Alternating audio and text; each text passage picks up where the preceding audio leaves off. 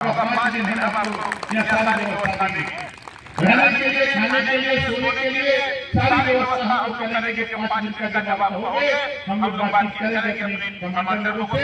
थोड़ा गर्मी नहीं हो रहा है, गर्मी में होता है भाई कहीं भी सो सकते हैं, छत पे सो गए आराम से, कोई दिक्कत नहीं है, हमको रजाई कंबल की जरूरत नहीं है। तो इस नाते आप बताओ 5 दिन का प्रशिक्षण और छुट्टी भी कराएंगे, पढ़ाई नहीं छुट्टी में कराएंगे 5 दिन का प्रशिक्षण। तो बताओ ये प्रशिक्षण होना चाहिए कि नहीं होना चाहिए? होना चाहिए ना।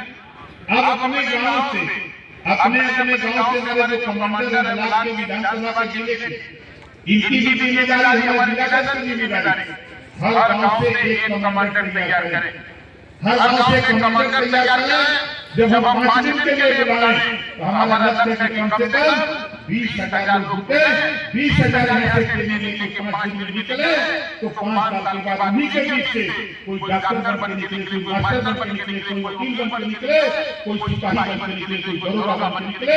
जिस दिन देश में आरक्षण लागू होगा उसी दिन आपका ये जो बनता है इसको पूरा कराने का काम हम सरकार करेगा। इसके लिए हम आपको ट्रेनिंग दे रहे हैं। बहुत से लोग बहुत से विरोधी कर रहे हैं, इनको बच्चों को गलत दिशा दे रहे हैं। अरे नायक लोगों, अगर अपने गांव में बच्चों को सही दिशा देते, आज के तारीख में 60 से 70% के भाव देते हैं, माता पिता कहते हैं उनके बच्चे पढ़ रहे हैं। उन बच्चों को भी नहीं लगता है कि मुझे अगर जाना है आगे तक उनका उद्देश्य राजन नहीं देगा, उनका उद्देश्य मैं पढ़ रहा हूँ। इस नाते मैंने देखा कि जो बच्चे जूनियर हाई स्कूल से पास करके हाई स्कूल में जा रहे हैं, सबसे जरूरी है कि उनको गाइडलाइन देना कि आप बनना क्या चाहते हो। इंजीनियर बनना चाहते हो वही भविष्य करेगा, डॉक्टर बनना चाहते हो तो वही भविष्य करेगा। और साथ में जब इंटर पास करने वाला व्यक्ति बीए में नाम चाहता तब ध्यान होता है, जब वो नौकरी की बात करता है तो पता लगता है कि यार वो वंचित करके बीए की परिभाषा जब उसे पूछी जाती है तो वो बताता है बीए माने बेकार आदमी। हम नहीं चाहते कि आप बेकार आदमी की परिभाषा बताओ। आप बताओ बैचलर आर्ट, हमने बीए किया है तो बैचलर आर्ट होता है और मैं पढ़ा हूँ तो मेरा लक्ष्य जो था, मेरा उद्देश्य था, उस उद्देश्य की पूर्ति के लिए हम लोगों ने शिक्षा हासिल की है।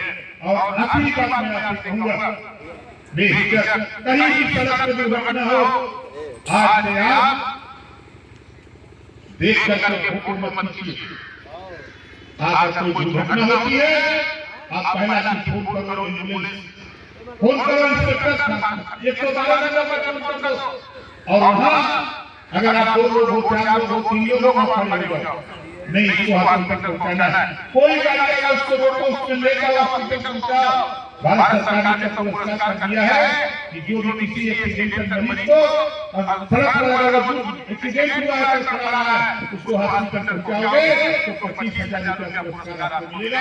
ऐसी व्यवस्था भारत सरकार ने ये मत सोचना कि आप पहुंचाओगे तो पकड़े जाओगे। अरे तेरा नेता तो लखनऊ में सीधा बैठा है, किसी औकात से तुझे पकड़ लेगा। इसी